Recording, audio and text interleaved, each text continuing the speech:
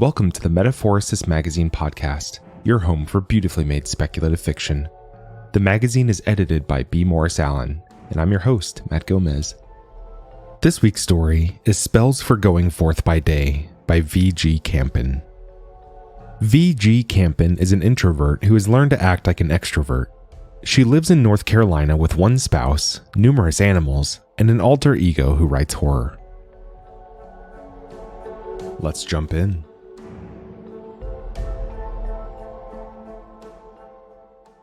I find Anubis about a mile past the Amtrak rails, where the sawgrass of the New Jersey salt marsh turns to swaying reeds of papyrus.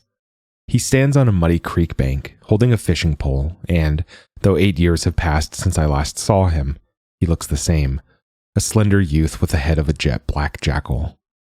Anubis catches sight of me and morphs into fully human form, the most difficult shape for him to maintain. He turns away and begins pulling in his fishing line. "Anubis," I call out. "It's me, Grace." At that, he looks up and gives a short bark of surprise. "Grace, 1,000 pardons," he says, striding toward me, jackal-headed once again. "I did not recognize my little princess all grown up."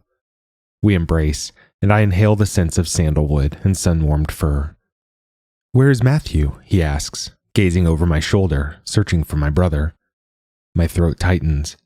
"Hospital," I whisper. "Car accident." Anubis holds me at arm's length and stares into my eyes, then nuzzles my face with his slender muzzle, casting about for the scent of death. "He's not dead," I say. "No," Anubis agrees. "Not dead." He releases me. "Come, I need help with these fish." He kneels and pulls a string of perch and mullet from the creek. Then we push through the reeds to a clearing atop a slight rise, where Anubis has created a camp out of detritus dredged from the tidal creeks. Plastic chairs sit near a rusty metal drum that serves as a fire pit. I set to work gutting the fish, splitting their cool, slick bodies from anus to operculum and drawing forth the entrails. As children, Matthew and I spent long summer days with Anubis in the marsh, away from the chaos of our daily lives. He taught us how to set a bird's broken wing and mend a terrapin's cracked shell, gave anatomy lessons using the bodies of egrets and voles. Little wonder I'm now in med school, and Matthew was, a science teacher. But one thing Anubis never taught us, despite our pleas, was mummification. "It is not a trick," he'd said. "It is a sacred ritual, an honor for the living and the dead." Anubis stirs the ashes in the fire pit, uncovering smoldering wood and coaxing forth small flames. I sit, listening to crickets and songbirds as he grills the fish. Feral cats gather around us, half hidden in the vegetation, their eyes flashing green gold in the shadows. Anubis breaks our silence. "It is good to see you, little one. That day you chased Matthew into the marsh is a treasure in my memory." As usual, Matthew had forged a path and I had followed. 3 years older than I, restless and curious, he'd snuck out of our tiny apartment one Saturday morning while our mother slept, exhausted after another 60-hour work week laboring at 2 menial jobs. I'd watched through the kitchen window as Matthew trotted across the parking lot, ignoring the group of men who gathered to smoke and drink no matter the hour. He'd clambered down the sloping concrete side of the stormwater ditch that marked the boundary between asphalt and tidal marsh and disappeared from view. I hesitated, trying not to care, then grabbed a sweatshirt and ran after him. I caught sight of my brother at the end of the ditch, where a trickle of dirty water spilled into the marsh. Matthew, hearing my sneakers slapping along the concrete behind him, sprinted into the grass, and I followed, not knowing to stay on high ground. I floundered along the twisting creek beds and soon became mired knee-deep in mud, exposed by the receding tide. Disoriented and panicked, I screamed for Matthew. When he found me, I was on the creek bank with my arms wrapped around a lean black dog who smelled of sandalwood and dust. Anubis lifts the fish off the grill and begins singing in a low voice, summoning a dozen cats in from the sedge for their dinner. Gray, tabby, ginger, black. Each one is sleek and elegant, wearing a collar made of bone and glass beads. While they eat, Anubis and I trade stories about Matthew. Even as an adult, he found the time to visit the marsh, while I stayed away, succumbing to the demands of med school and the seduction of living in Manhattan. "And what of Matthew now?" Anubis asks. "He's on life support." irreversible coma, to use a medical term, a gomer in the slang of residents and interns. I start crying. Anubis leans forward and licks at the tears on my cheek, though his amber eyes remain dry. Jackals do not weep. Matthew was not afraid of anything in this life, he says. You need not fear for him now. When his heart is weighed in the afterlife, it will be lighter than Maot's feather, filled with good deeds. But they want me to make the decision, to stop the ventilator, to let him go. I swipe my nose on my sleeve like a child, and I still need him. It is no kindness to keep him in a world he cannot fully inhabit, Anubis says, alone and apart from all he knows. A smoke-gray cat with green eyes leaps into his lap. Anubis strokes her head and adjusts her collar.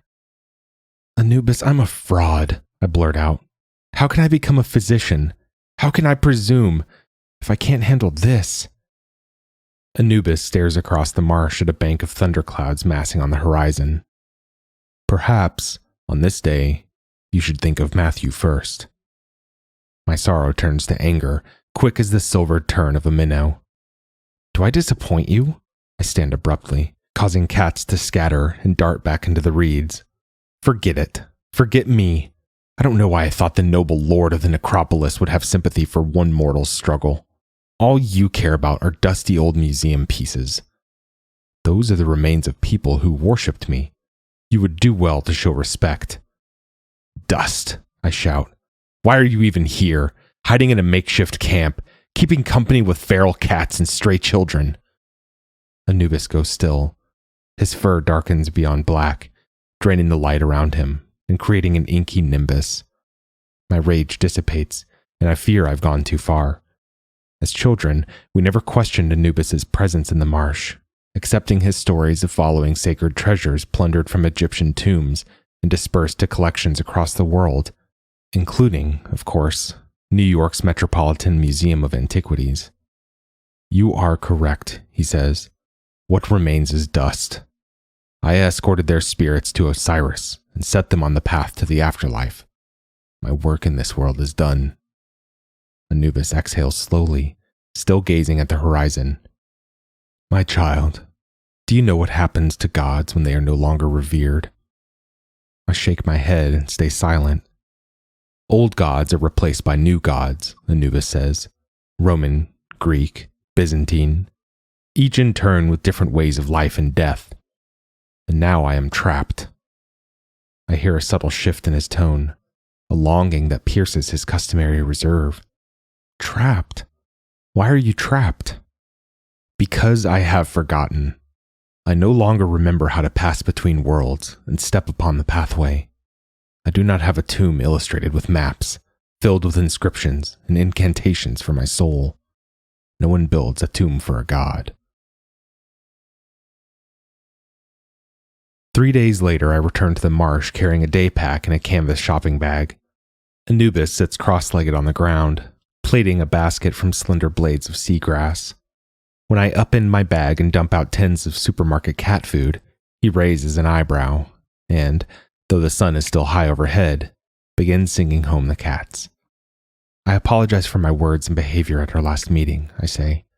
I showed disrespect when you were trying to guide me. Anubis nods and returns to his basket making while I dole out whitefish and tuna to the milling cats. When each has been served, I settle on the ground and pull from the backpack a heavy book, its cover embossed with the insignia of the Museum of Antiquities. What is this? Anubis asks. His ears prick with curiosity. Matthew and I had often brought books to the marsh, both textbooks and novels, but I'd never thought to ask what Anubis wished to see. We call it the Egyptian Book of the Dead. I hand it to him, and he rubs a finger over the raised lettering. A strange gift. He flips quickly through the introductory pages, baring his teeth at the photographs of mummies and sarcophagi, slowing when he reaches glossy reproductions of fragmented papyri and peeling murals. It is the spells for going forth by day, he says, and fragments of the Book of Caverns and the Book of Dark Waters. Can it set you on a path to your afterlife? He places the book in his lap and resumes plaiting the seagrass.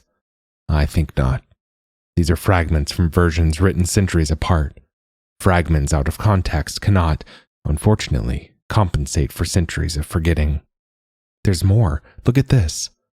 I extend a brochure advertising the museum's newest exhibit, a full-sized recreation of a 5th Dynasty royal burial chamber, one that had remained sealed and untouched until the last decade.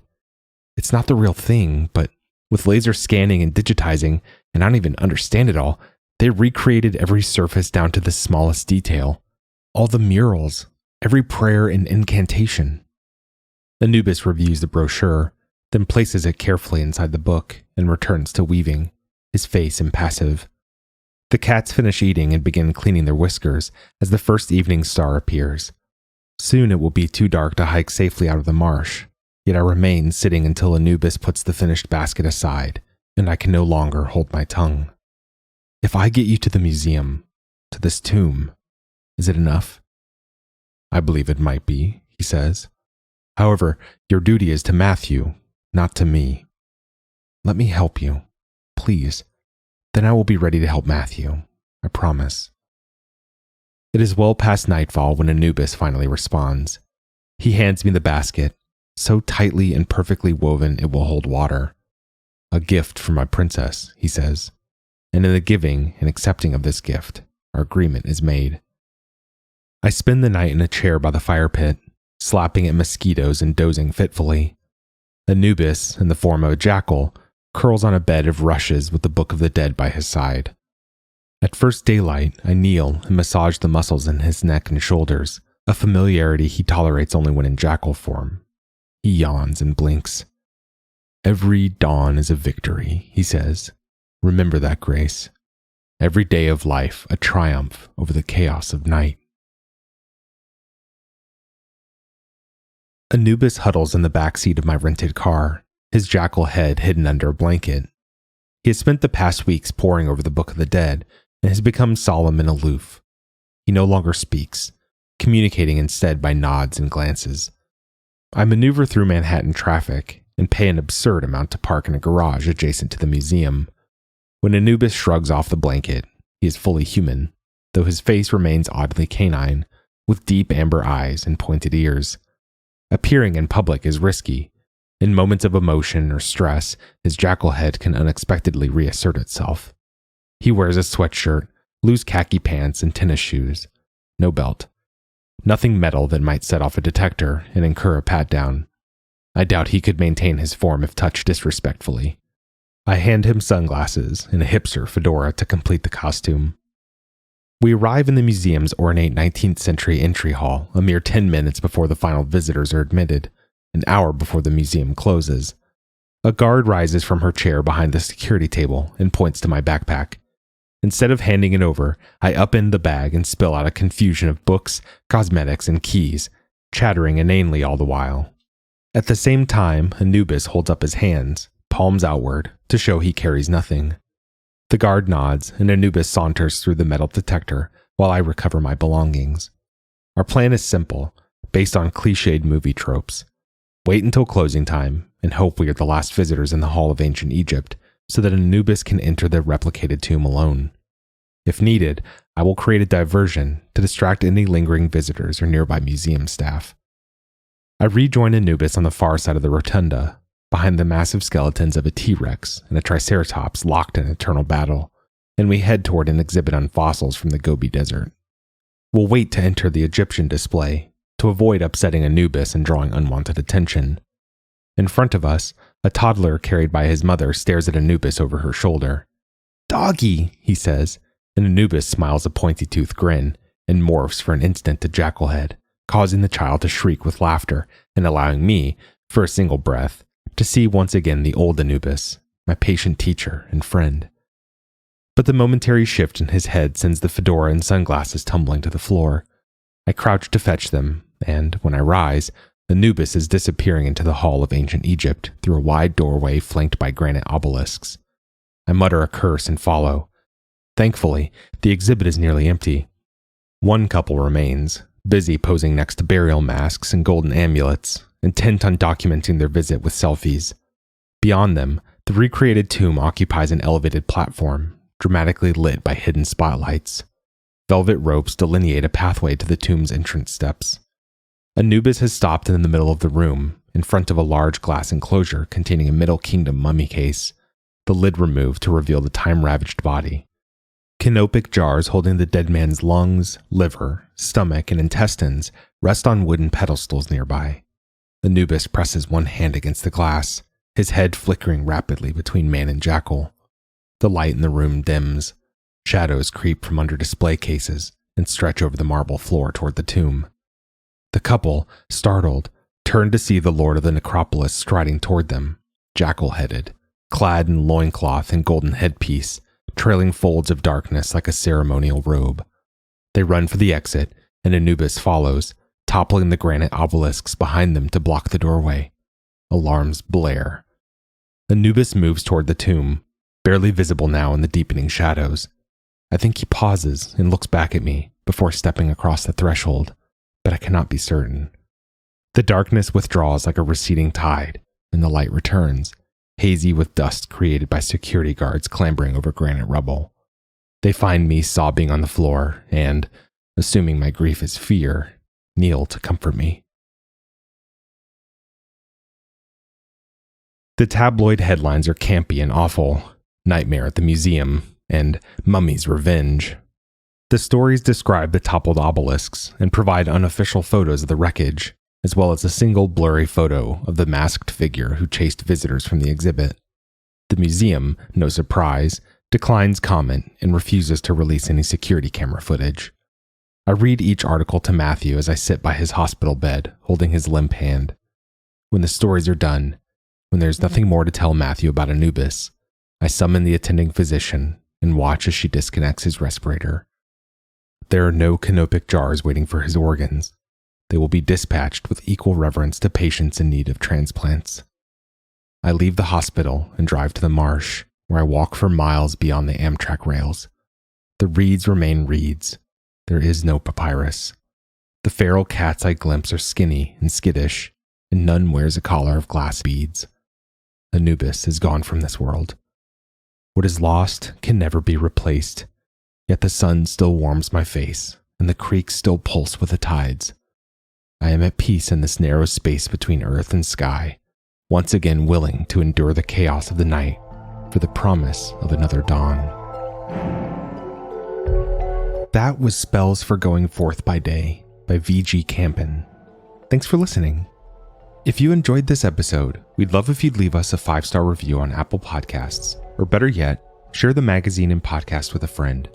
If you'd like to listen to more speculative fiction, visit us online at magazine.metaphorosis.com or on Twitter at metaphorosismag.